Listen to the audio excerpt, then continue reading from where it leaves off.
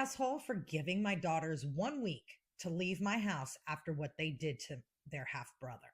I have two daughters. Both are over 20 years of age. They graduated college and moved back in with me because they couldn't find a job.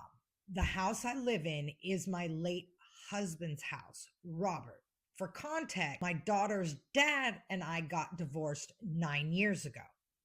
I got remarried to Robert and had my 7-year-old son, Tom. The girls didn't have a good relationship with Robert. That would have been their stepfather. In fact, they hated him because of what their dad had been filling their heads with in regards to Robert. They lived with their dad, as they chose to, before going to college. Robert passed away 6 months ago after a long battle with a disease. It was just me and my son, Tom. The girl's dad got remarried last year, and the woman is basically a witch. That's why the girls stopped visiting there. They lived in rental apartment during college, and their dad used to pay for rent, but stopped after his wife fought with them. The girls couldn't get a job to pay for rent and asked if they could move in with me and Tom for a while. Of course, I said yes, although I knew how they felt about Tom. They moved in and they were nice to Tom, but also distant. 2 days ago, I had an unexpected call and needed to leave the house. Tom was in bed all day because he was sick, and I asked the girls to look after him for 2 hours till I got back. I left quickly. Then an hour later, I got a text from Tom asking me to come home because he threw up again in his room. He said he called for his sisters to help, but no one responded. I immediately tried to call them, but both lines were busy. I did my best to come home earlier, thinking the girls weren't at home, but turned out they were. One was downstairs the entire time. The other said she was using kitchen appliances. That's why she couldn't hear Tom. I was going to believe them till Tom said he tried to text them, but that they didn't respond. I checked their phones after they tried to deny it, and he was right. His message was read, but no responses. Remember, he's 7 years old. They're 20, in their 20s. I blew up at them both and called them pathetic. They argued that I was making them act like they are the parent and placing responsibility on them. I knew this wasn't about that. They hated Robert, my son's father. Fine. That might be a little understandable, but Tom is a kid and he has no part in all of this to be treated like that. I knew they neglected him on purpose. So I told them they have 1 week to move out, and they started arguing and even crying, saying I'm being too harsh on them and acting worse than their dad's new wife. I said this wasn't up for discussion, and now both of them are giving me the silent treatment. Basically, it's making me feel guilty about the whole thing. Maybe I've made a wrong decision, but seeing how they neglected their brother merely out of resentment and hate makes me feel upset and quite concerned to have them around him. Wow. You do not know how much this story resonates with me. So yes, the man I've been with for the last 15 years is my second husband. I came into the relationship with a child. Now, I had been divorced for a decade before I ever got with my current husband. We ended up having a child, and my oldest, who had no problem with her bio dad having another family, after our divorce, for some reason, I was not supposed to ever have another child. She was supposed to be my only one, and how dare I, yada, yada, yada. And guess what? That's all I heard for years is, that's not my sister. That's not my sister. She's not this. She's not that.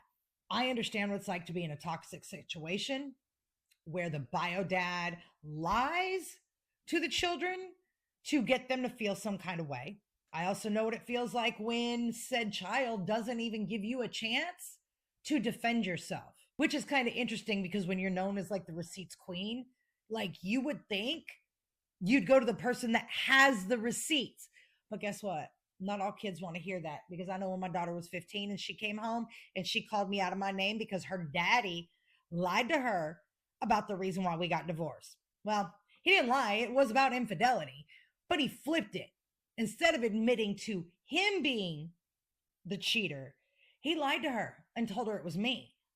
So when she comes walking in my house from her weekend visit and calls me out of my name, guess what? At 15 years old, she got to sit at a kitchen table and read all the transcripts, not just the divorce papers, but the transcripts. Okay? so that she could read. She could read when her father admitted that he was the cheater. Guess what? That was 14 years ago. And even reading it in the court documents, she still doesn't believe it. She still believes his lies because kids will do that. That's why I've never been a fan of anybody putting any of their emotions into the child. When my oldest would ask me, why did you and daddy split? I used to always tell her, it has nothing to do with you. Mama and daddy both love you. We just didn't work out as a relationship. And even though I don't have the best of results right now, because at 29 years old, well, at 27, my daughter decided to believe her father's lies and send me just a peach of an email, flat out calling my youngest child nothing but a petri dish baby that should have never been born. What did I do? I did the hardest thing anybody ever could do.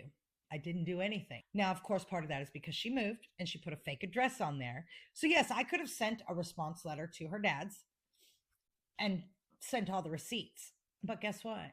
I chose peace. I love my daughter. Someday she may come back, someday she may not. But what I won't do is turn my life upside down, fending against things I never did. I just won't. Someday she'll find out the truth, and I will be here waiting for her because I do love her. But I won't get in the mud because of the fact that her dad wants to be petty. That's his problem. It's not mine. Yes, it hurts. I sit back every day and miss my daughter. But I'm also not allowing that drama into my daily life.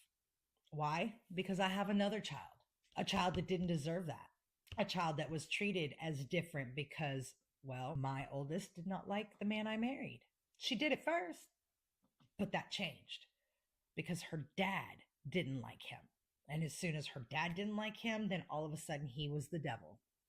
Now, I'm not going to say my husband's perfect. None of us are. Okay. But what I will say is I've watched a situation just like this story to where I will tell you, protect the peace of your son.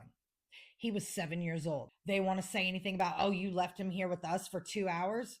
Girls, you're 20 years old and in college and had to ask mommy to come live with her. But you couldn't give up 2 hours to take care of a sick child. So guess what? I'm not going to ask for 2 hours of your time, but I'm going to give you all 24 of your hours of each day for you to go ahead and find another place to be. Because when you are in my house, if you cannot give my child the same respect that you expect to get from me as your mother, then you can get the fuck out of my house. Bye.